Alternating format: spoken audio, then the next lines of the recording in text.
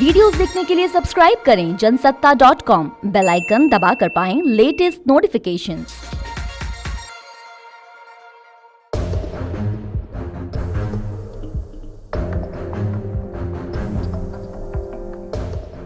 नमस्कार, जनसत्ता में आपका स्वागत है।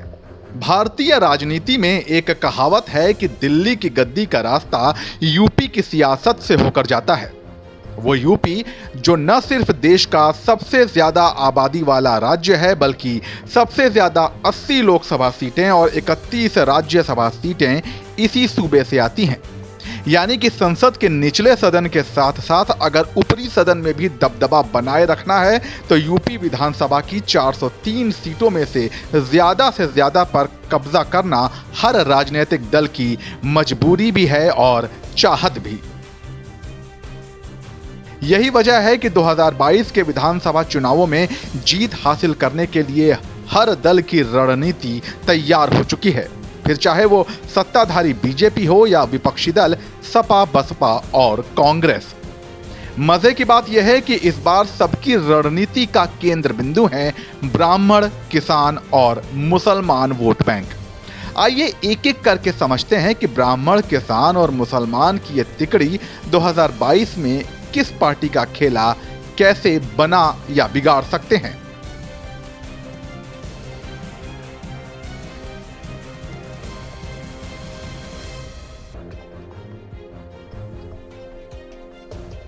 इससे पहले कि हम राजनीतिक दलों के समीकरणों पर चर्चा करें, एक नजर यूपी के वोटों की गणित पर डाल लेते हैं। निर्वाचन आयोग के आंकड़ों के मुताबिक उत्तर प्रदेश में कुल 14,43,16,893 वोटर हैं। समाचार एजेंसी रॉयटर्स की रिपोर्ट के मुताबिक यूपी के कुल मतदाताओं में से सबसे ज्यादा 20% अति पिछड़ा वर्ग के मतदाता हैं। इसके बाद दूसरे नंबर पर आता है मुस्लिम वोट बैंक, जो कि कुल वोट का 19.3% है। जाटव वोट बैंक 13%, अन्य पिछड़ा वोट 12% और ब्राह्मण वोट 11% हैं। इसके बाद बारी आती है यादव वोट बैंक की, जो कि 9% है। जाटों को हटाकर जो अन्य अनुसूचित जातियां हैं उनके वोटों का प्रतिशत 8 है, जबकि ब्राह्मणों को छोड़कर अन्य सवर्ण वोट बैंक 7.7% हैं।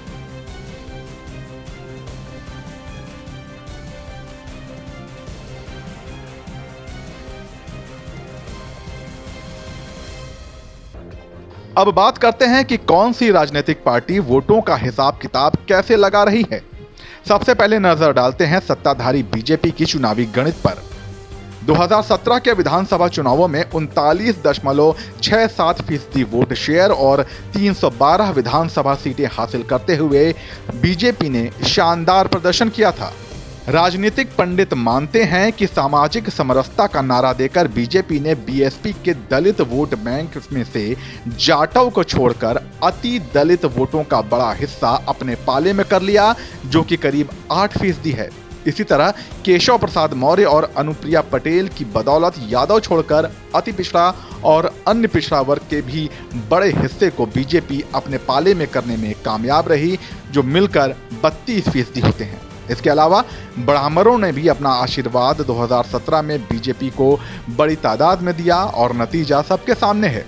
इसीलिए बीजेपी ब्राह्मणों को मनाने में जुटी है, क्योंकि अगर ये वर्ग रूठा तो एक बड़ा वोट शेयर उसके हाथ से चला जाएगा और शायद यूपी की सत्ता भी। ऐसे ही लगभग हर वर्ग के किसान 3 कृषि बिल के मुद्दे पर बीजेपी से नाराज बताए जा रहे हैं। राकेश टिकैत ने तो महापंचायत में खुलेआम इस बात का इजहार भी कर दिया है। –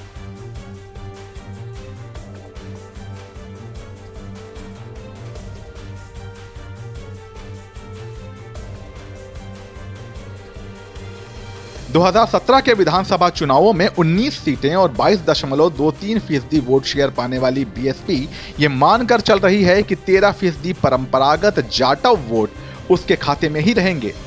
ऐसे में 19.3% मुस्लिम वोट और 11% ब्राह्मण वोट अगर बसपा के खाते में आ जाते हैं तो मायावती की चिंता काफी हद तक खत्म हो जाएगी। रही बात अति दलित वोटों के बीजेपी की तरफ जाने से हुए नुकसान की, तो उसकी भरपाई के लिए बहन जी की नजर किसान आंदोलन पर है। अपनी सभाओं में मायावती कभी ब्राह्मणों को सुरक्षा देने का बात करती हैं तो कभी किसानों के लिए हमदर्दी जताती हैं। मगर यहाँ मायावती को अखिलेश यादव से कड़ी टक्कर मिल रही है, जो कि ऐसी ही कवायद समाजवादी पार्टी के लिए कर रहे हैं।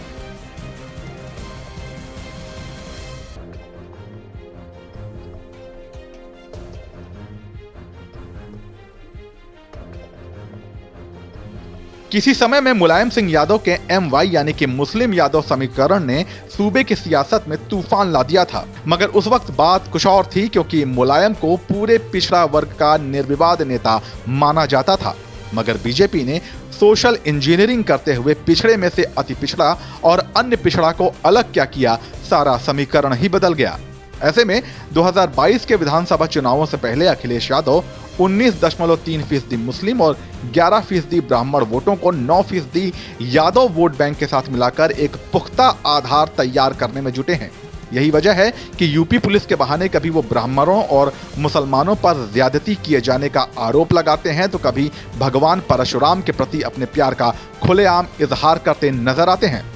अखिलेश की नजरें अब टिकैत पर भी जा टिकी हैं, जो कि हर वर्ग से जुड़े किसानों को सपा के खाते में लाकर गेम चेंजर साबित हो सकते हैं।